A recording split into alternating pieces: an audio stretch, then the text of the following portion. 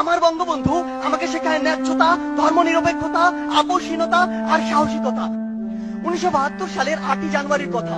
বঙ্গবন্ধু তখন লন্ডনে। ব্রিটিশ প্রধানমন্ত্রী এডওয়ার্ড হিথ তার রাষ্ট্রীয় সফর সংক্ষিপ্ত করে লন্ডনে ফিরে এসেছেন। বিকেল 5টায় 10 নম্বর ডাউনিং স্ট্রিটে বঙ্গবন্ধুর সাথে বৈঠক শেষে বঙ্গবন্ধু যখন তার গাড়িতে উঠবেন, ব্রিটিশ প্রধানমন্ত্রী নিজে সে গাড়ির দরজা খুলে দিলেন। প্রথার বিরুদ্ধে তিনি কেন এই কাজ করলেন, সাংবাদিকদের প্রশ্নে তিনি উত্তরে বলেছিলেন, আমি জানি আমি কাকে সম্মান জানিয়েছি, আমি জানি কাকে কতটুকু সম্মান জানাতে হয়। তিনি কোন সাধারণ মানুষ নন, তিনি একটি জাতিকে মুক্তিদাতা, এক মহান বীর। তাকে সম্মান জানাতে পেরে বরং আমরা সম্মানিত। একবার ভাবুন তো, যে ব্রিটিশরা আমাদের 200 বছর শাসন ও শোষণ করেছে, সেই ব্রিটিশ প্রধানমন্ত্রী যখন আমার নেতাকে নিয়ে এই সৌজন্যতা দেখায়, এই কথা বলে, তখন আমার বুকটা কতটা প্রশস্ত হয়। আমার বঙ্গবন্ধু আমাকে শেখায় ন্যায্যতা, ধর্মনিরপেক্ষতা, আপোষহীনতা আর সাহসিকতা। তিনি বলেছিলেন, যদি কেউ ন্যায্য কথা বলে আর সংখ্যায় যদি সে একজন হয়, আমরা তার কথা মেনে নেব।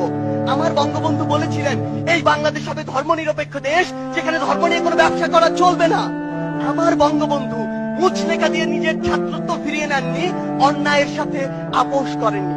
আমার বঙ্গবন্ধু দেখিয়েছেন কিভাবে নারীকে সম্মান করতে হয়। তিনি বলেছিলেন, এই স্বাধীন বাংলায় যত বীরঙ্গনা রয়েছে, তার বাবার নামের পাশে আমার নাম লিখে দিও আর ঠিকানা দিও ধানমন্ডি 32। আমার বঙ্গবন্ধু আমাকে শেখায় কিভাবে বিচক্ষণ আর দূরদর্শী হতে হয়। 1968 সালে একটি সাক্ষাৎকারে তিনি বলেছিলেন, আওয়ামী লীগ দৃঢ়ভাবে সমাজতন্ত্র বিশ্বাসী। সেই সমাজতন্ত্র যা পৃথিবীর অন্যান্য দেশে রয়েছে তা নয়, বরং সেই সমাজতন্ত্র যে সমাজতন্ত্র এদেশের মাটি, মানুষ আর আবহাওয়া চায়। আমার বঙ্গবন্ধু হচ্ছে সেই বঙ্গবন্ধু। এমন হাজারো অনুসরণীয় ও অনুকরণীয় না বলা কথা আর গল্পের মধ্য দিয়ে বঙ্গবন্ধু হয়ে উঠেছেন আমার বঙ্গবন্ধু। পরিশেষে ওপারে অপার স্বপ্নে আমার দিকে, আমাদের দিকে, বাংলাদেশের দিকে চেয়ে থাকা বঙ্গবন্ধুর উদ্দেশ্যে বলতে চাই, ওরা ভেবেছিল তোমাকে হত্যা করলেই হয়ে যাবে সব শেষ।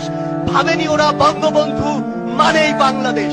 হ্যাঁ, আমার বঙ্গবন্ধু মানে বাংলাদেশ। ধন্যবাদ সবাই।